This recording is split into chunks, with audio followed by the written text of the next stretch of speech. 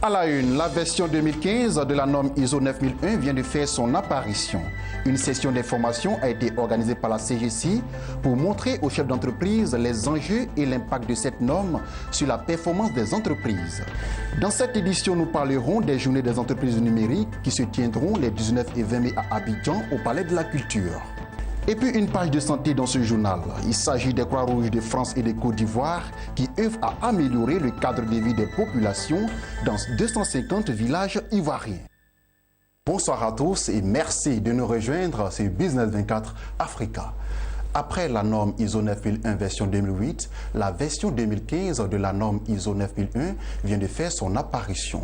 Pour faire comprendre aux entreprises les enjeux de cette norme et surtout montrer son impact sur la performance des entreprises, la Confédération Générale des Entreprises de Côte d'Ivoire, CGC, a organisé une session d'information mercredi 18 mai à Abidjan. Cette rencontre a vu la participation de plusieurs entreprises venues se former sur la nouvelle version de la norme ISO 9001.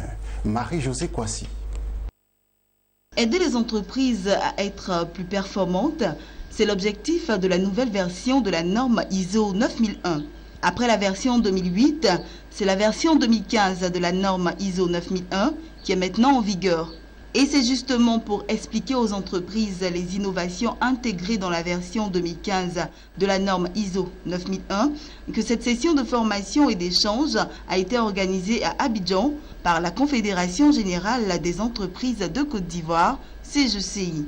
Une des premières exigences qu'il faut prendre en compte, c'est, disons, on invite les entreprises à définir leur plan stratégique. Donc avoir une vision à moyen et long terme, et puis à intégrer dans le produit et les services qu'ils offrent, j'allais dire l'environnement mouvant. Il faut adapter les produits et les services à l'environnement, il faut les prendre en compte ses atouts, ses forces, les opportunités, les menaces, et pour pouvoir définir un plan stratégique assez cohérent. L'autre innovation, c'est qu'on invite les entreprises à intégrer aussi le management du risque. Il est clair que l'entreprise est dans un environnement, il y a un certain nombre de risques à gérer. Donc il est important que l'entreprise puisse véritablement comprendre ces risques et y faire face. Donc ça c'est un point aussi important dans la norme. On invite aussi les entreprises, ça c'est un autre aspect de changement, à innover et améliorer en permanence les produits, l'organisation et les services qu'elles fournissent. Au cours de cette rencontre, un exposé a montré l'impact de la norme ISO 9001 version 2015 sur la performance des entreprises. Une entreprise certifiée gagne d'abord sur différents plans. D'abord, c'est une entreprise qui va chercher à réaliser des produits et des services qui sont conformes aux attentes des clients, en vue de chercher à les satisfaire. C'est une entreprise qui va le faire en minimisant les coûts, afin d'être plus rentable. Mais c'est une entreprise qui met en place un système afin de pouvoir s'adapter à l'environnement parce que ces processus sont définis et sont aptes à s'adapter chaque fois que l'environnement change. Ce séminaire est très important dans la mesure où c'est une nouvelle norme qui existait déjà, c'est vrai, mais dans sa nouvelle version prend une dimension hautement importante. Davantage pour les entreprises de notre pays, dans la mesure où c'est vraiment un outil de performance. Et on sait que la plupart des problèmes des entreprises, notamment des entreprises ivoiriennes, pour ce qu'on sait, ce sont des problèmes organisationnels et des problèmes de compétitivité et de performance. Donc voilà un outil qu'on met à la disposition des entreprises, même des PME. Je suis d'accord que la norme actuelle est en train de prendre du volume. Quand je parle de volume, c'est-à-dire qu'elle prend en compte tous les paramètres. Cette fois-ci, on parle de performance et on est sur un marché concurrentiel. Il faut noter que la version 2015 de la norme ISO 9001 vient mettre l'accent sur la performance des entreprises tout en leur permettant d'accroître leur chiffre d'affaires.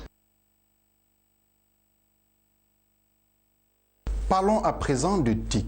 Les nouvelles technologies digitales impactent profondément le mode de fonctionnement des entreprises parce que transformant les chaînes de valeur et provoquant un bouleversement des usages et pratiques dans toutes les filières d'activité. C'est l'une des raisons de la tenue depuis 3 ans maintenant des journées de l'entreprise numérique. La 3e édition de ces journées se déroulera les 19 et 20 mai au Palais de la Culture à Abidjan. À la veille de cet événement organisé par la Confédération générale des entreprises de Côte d'Ivoire, nous avons rencontré les organisateurs qui nous parlent des enjeux 2016 de cette édition. Jean-Charles Sibaï. Les 19 et 20, nous organisons les journées de l'entreprise numérique qui sont le 2e événement le plus important qu'organise la CGCI, après la CGCI Academy. C'est quelque chose qui est important pour le patronat, pour le président Diagou, pour qui la transformation digitale pour les entreprises privées est très importante. Nous sommes aujourd'hui dans une ère où tout est numérique et il est important que les entreprises privées s'accaparent véritablement, transforment leur façon de faire, s'intègrent véritablement dans le numérique. Donc nous, notre rôle ici au sein du patronat, c'est de faire en sorte que le secteur privé, les entreprises privées comprennent bien ce concept-là et qu'ils se disent que c'est important pour leur survie. Dans 15-20 ans, 50% des entreprises qui fonctionnent de façon dont elles fonctionnent aujourd'hui ne vont plus exister si elles ne se mettent pas dans le numérique, si elles ne sont pas dans la transformation digitale. C'est vraiment très important. Donc notre rôle ici, c'est de faire en sorte que les décideurs des entreprises prennent conscience de cet enjeu majeur. Et cette année, on va se focaliser particulièrement sur la mobilité, levier de performance pour les entreprises. Nous sommes dans une ère où les choses vont très vite. Il faut noter que cette 3e édition est particulièrement marquée par la forte présence d'une délégation tunisienne et nous invitons toutes les entreprises privées à venir demain, à venir communier avec nous, à venir partager ces expériences-là et à venir échanger avec nous sur comment est-ce qu'on peut faire en sorte pour transformer véritablement les différentes entreprises. La Croix-Rouge France et la Croix-Rouge Côte d'Ivoire viennent de déclarer la fin de la défécation à l'air libre dans 250 villages dans les régions du Cavali, du Guémon, de l'Anawa, du Boclé et de San Pedro. C'est le résultat de plusieurs activités menées pour améliorer le cadre de vie des populations dans ces localités dans le cadre du programme d'hydraulique et d'assainissement pour le millénaire femmes. Un projet financé par l'Union européenne et l'UNICEF. Reportage Abel Kwao, commentaire Lawani Babatunde. À la demande du sous-préfet de Gabiadji, Bas-Sylvie, l'Union européenne, l'UNICEF et le Croix-Rouge France et Côte d'Ivoire ont conjugué les efforts pour offrir un cadre de vie agréable aux populations du département de San Pedro. Ces populations ont été sensibilisées à l'amélioration des pratiques d'assainissement et d'hygiène à travers des actions simples, notamment la réalisation de latrines dans la ville. Toutes les composantes de cette localité n'ont pas manqué de saluer cette initiative. Elles ont décidé de s'impliquer activement à mettre fin à la défection à l'air libre. Gabiadji a été dans le projet premier parce qu'on a eu plus de villages déclarés FDAL. Et la sous-préfecture a émis la préoccupation de voir le chef-lieu de Gabiadji déclenché. Et ce qui a été effectif, nous sommes là pour le faire. Vraiment, je suis heureux que Gabiadji soit choisi comme projet pilote. Les sites que nous avons visités, nous sommes impressionnés par la présence effective de la population. Et nous invitons cette population aussi à s'impliquer, à s'accaparer de ce projet, parce qu'il va de la santé. Un comité d'hygiène et d'assainissement a été mis sur pied dans chaque quartier pour veiller au respect de toutes les mesures inculquées. La Croix-Rouge nous avait donné des conseils de laver les mains avant de manger. Quand tu quittes au verse, il faut laver ta main régulièrement avant de manger. De dire à nos parents de ne pas construire les latrines pour nous. Au terme de cette activité, un plan d'action d'hygiène et d'assainissement a été développé dans chaque quartier et centralisé au niveau de la ville. 650 villages dans les régions du Cavali, du Guémon, de l'Anawa, du Boclé et de San Pedro ont bénéficié de ce programme d'hydraulique et d'assainissement pour le millénaire. Poursuivons ce journal avec ces informations en images.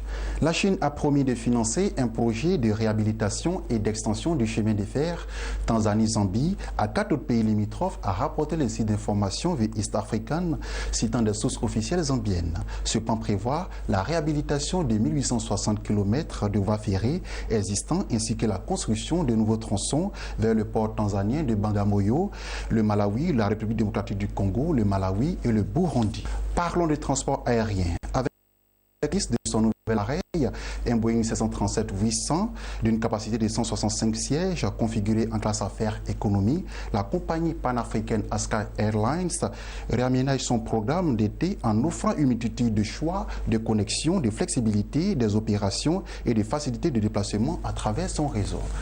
Voilà, c'est ici que s'achève ce journal. Merci de nous avoir suivis et continuez de vous informer sur la première chaîne panafricaine d'information économique, Business 24 Africa.